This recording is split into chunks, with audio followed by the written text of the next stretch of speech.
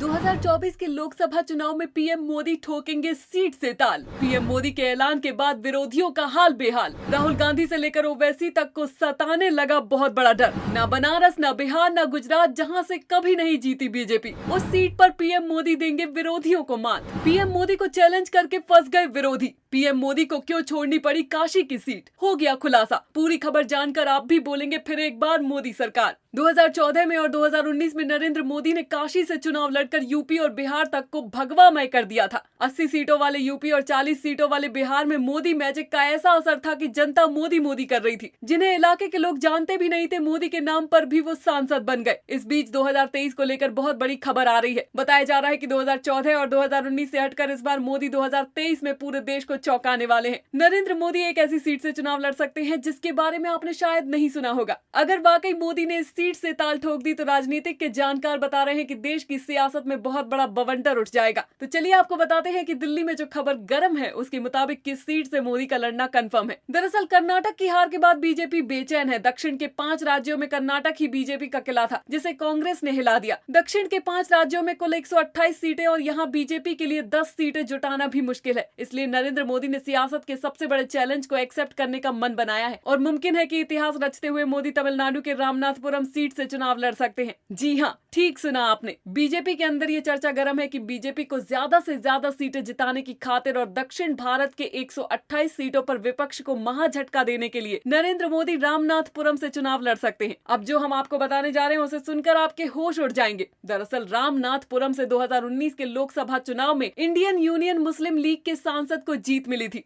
जी हाँ, ठीक सुना आपने। मोदी जिस रामनाथपुरम से ताल ठोक सकते हैं वहां मुस्लिम लीग का सांसद है। 2019 में मुस्लिम लीग के सांसद ने बीजेपी के कैंडिडेट को करीब 1 लाख वोटों से हराया था। रामनाथपुरम की सीट पर 76.39% हिंदू और 19.77% मुस्लिम वोटर हैं। तमिलनाडु में लोकसभा की कुल 39 सीटें हैं और बीजेपी को वहां भी बड़ी पार्टी AIADMK का सपोर्ट है, यानी बीजेपी का दावा भी इस सीट से कमजोर नहीं है। और वैसे भी अगर नरेंद्र मोदी ने इस सीट पर पर्चा भर दिया तो सिर्फ रामनाथपुरम ही नहीं बल्कि पूरे दक्षिण भारत की हवा बदल जाएगी, क्योंकि नरेंद्र मोदी ने आज तक के 22 साल के राजनीतिक करियर में चुनाव में एक भी हार नहीं देखी है। मोदी की पॉपुलैरिटी इतनी है कि रामनाथपुरम में वोटों का रिकॉर्ड भी मोदी तोड़ सकते हैं और जेपी नड्डा ने जो सोचा है उससे ज्यादा सीट मोदी के नाम पर बीजेपी को मिल सकती है। जी हाँ, 2024 के लोकसभा चुनाव में जेपी नड्डा ने दक्षिण भारत के 5 राज्यों में 128 में से बीजेपी को 50 सीटें जीतने का लक्ष्य रखा है। लेकिन अगर मोदी ने रामनाथपुरम से चुनाव लड़ा तो ये आंकड़ा बहुत छोटा पड़ जाएगा। हालांकि मोदी किस सीट से चुनाव लड़ेंगे ये बहुत हद तक इस साल होने वाले विधानसभा चुनाव के नतीजे पर डिपेंड करेगा। इसी साल के अंत में मध्य प्रदेश, राजस्थान, छत्तीसगढ़ के अलावा दक्षिण भारत के स्टेट तेलंगाना में भी विधानसभा चुनाव होने वाले। यहाँ के नतीजों के आधार पर ही नरेंद्र मोदी बड़ा फैसला करेंगे। हमें कमेंट करके जरूर बताएं। अगर आप इस प्रकार के वीडियो देखना पसंद करते हैं तो हमारे फेसबुक चैनल को जरूर फॉलो करें। अगर वीडियो पसंद आई हो तो शेयर जरूर करें और सब्सक्राइब करना ना भूलें।